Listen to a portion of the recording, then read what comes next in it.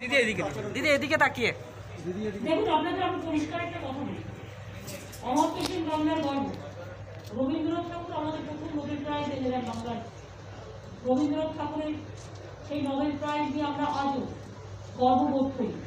যদিও সিবিআইকে এনকোয়ারি করতে দেওয়া হচ্ছিল, সেই নোবেল প্রাইজ এটা চুরি হয়ে গেছে, রেপ্লিকাটা দিয়ে চলছে। কিন্তু অমর্ত্য সেনের মতো মানুষ বা যারা নোবেল প্রাইজ পেয়েছে, অভিজিৎ বিনায়ক থেকে শুরু করে সবাই, মাদার থেকে শুরু করে, আমরা মনে করি ওনাদের একটা সমাজে ঐতিহ্য আছে, সারা পৃথিবীর মানুষ তাদের চেনে। আর কে কি আদর্শ নিয়ে কথা বলে এবং কে কিভাবে কথা বলে, কিন্তু absolute freedom of choice. Amartya Sen, আমি হয়তো বিজেপি অধিকারী, আমি তো I can speak, they are also against of me, they can speak, who said not to speak.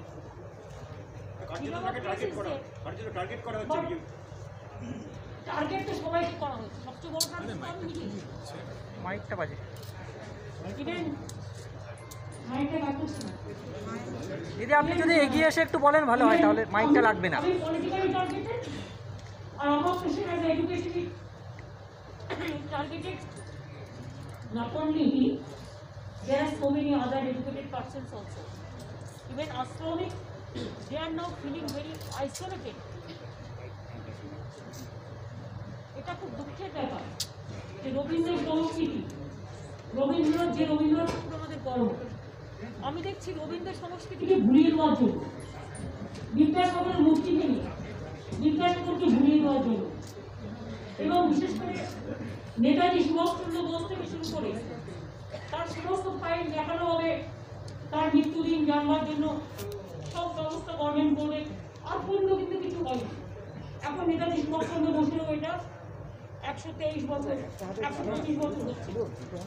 সুতরাং বঙ্গ সংস্কৃতি মনে রাখবে, বাংলার সংস্কৃতিটাই তিনি স্বাধীনতার আন্দোলনে, নবজাগরণে এবং বিশেষ করে বিশ্ব বরেণ্য মানুষদের কাছে স্বামী বিবেকানন্দ পৌঁছে দিয়েছিল। স্বামী বিবেকানন্দকে চিকাগোর মাধ্যমে সারা পৃথিবীতে স্বামী বিবেকানন্দ পৌঁছে দিয়েছিলেন। রবীন্দ্রনাথ ঠাকুর নোবেল প্রাইজ, বিশ্বভারতী, তার দেশাত্মবোধক চিন্তাধারা সমস্ত কিছু নিয়ে পৌঁছে গিয়েছিলেন বিশ্বের দ্বারে। নেতাজি সুভাষচন্দ্র বোস তার Jai Hind slogan, Indian National Army তৈরি করার প্ল্যানিং, তার প্ল্যানিং কমিশন, এবং নেতাজি সুভাষচন্দ্র বোস দেশকে স্বাধীনতা করার জন্য সেই যে তিনি দেশ থেকে চলে গেলেন, আর ফিরে এলেন না, কেউ জানতে পারলেন না। মনে রাখবেন, এরা দেশের বিশ্ব বরেণ্য নেতা। সাথে সাথে মহাত্মা গান্ধীজির সাথে রবীন্দ্রনাথ ঠাকুরের সম্পর্ক, নেতাজি সুভাষচন্দ্র বোসের সাথে গান্ধীজির সম্পর্ক, আম্বেদকর থেকে শুরু করে মৌলানা আবুল কালাম আজাদ থেকে শুরু করে, ভগৎ সিং থেকে শুরু করে, রাজেন্দ্র প্রসাদ থেকে শুরু করে, লালবাল পাল থেকে শুরু করে, বিনয় বাদল বীরেশ থেকে শুরু করে একটা সুসম্পর্ক চিরকাল রয়ে গেছে আন্দোলন করতে গিয়ে। এবং রাজনীতিতে যে স্বাধীনতা সংগ্রামটা হয়েছিল, যদি বলেন তার ব্রেনটা ছিল বাংলা, বাংলা সংস্কৃতি।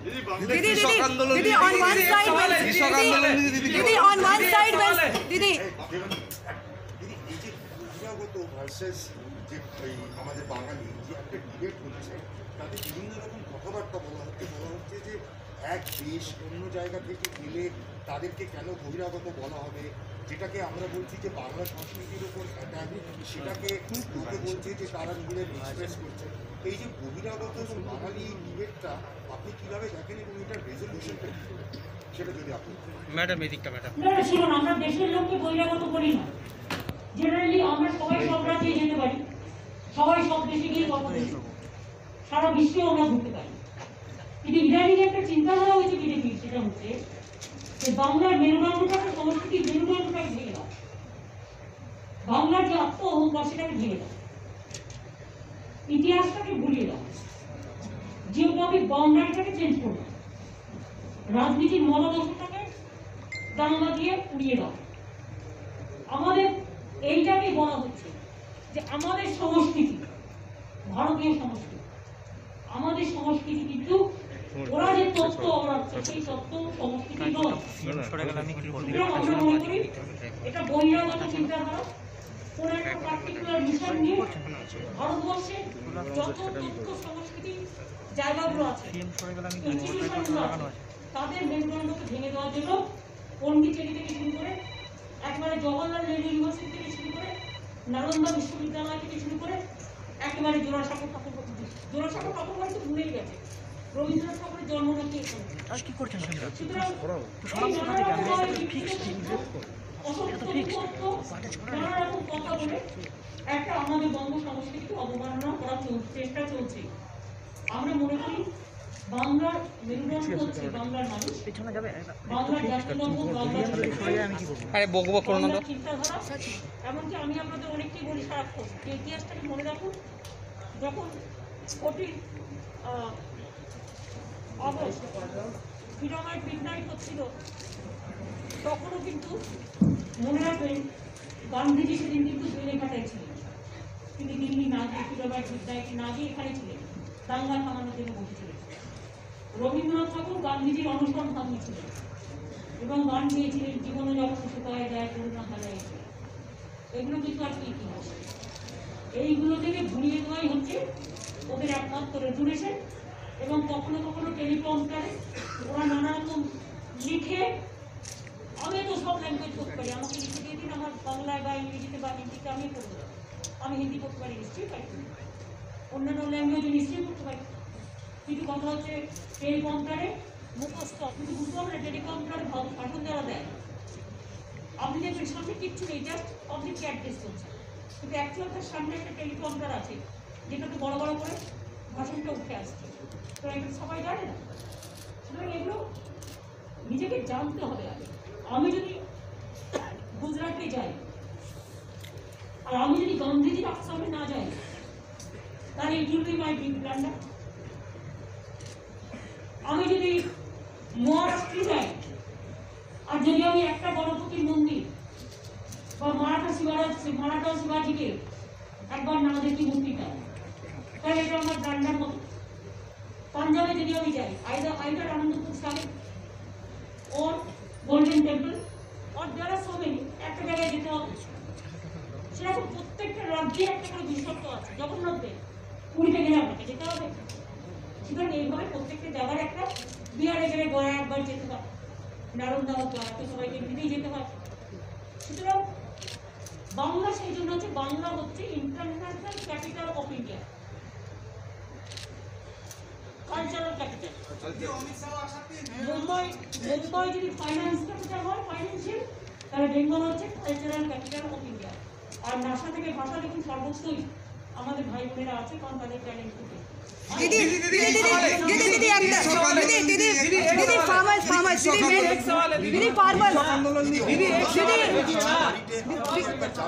दीदी कल गवर्नर ने ये कहा है, दीदी कल गवर्नर ने ये कहा है, Didi, when central government is talking too much about the Bengal farmer, but then we have seen. नहीं सर, मैडम ये पूछ रहे हैं Why you are asking me regarding government? because I cannot say anything about government. Didi, when central government is speaking so much. In Maharashtra, it saw Sanjay Rawat's wife has also been summoned by the central agency.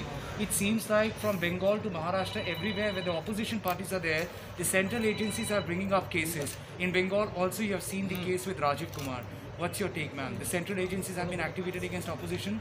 I think today let the Rabindranath continue.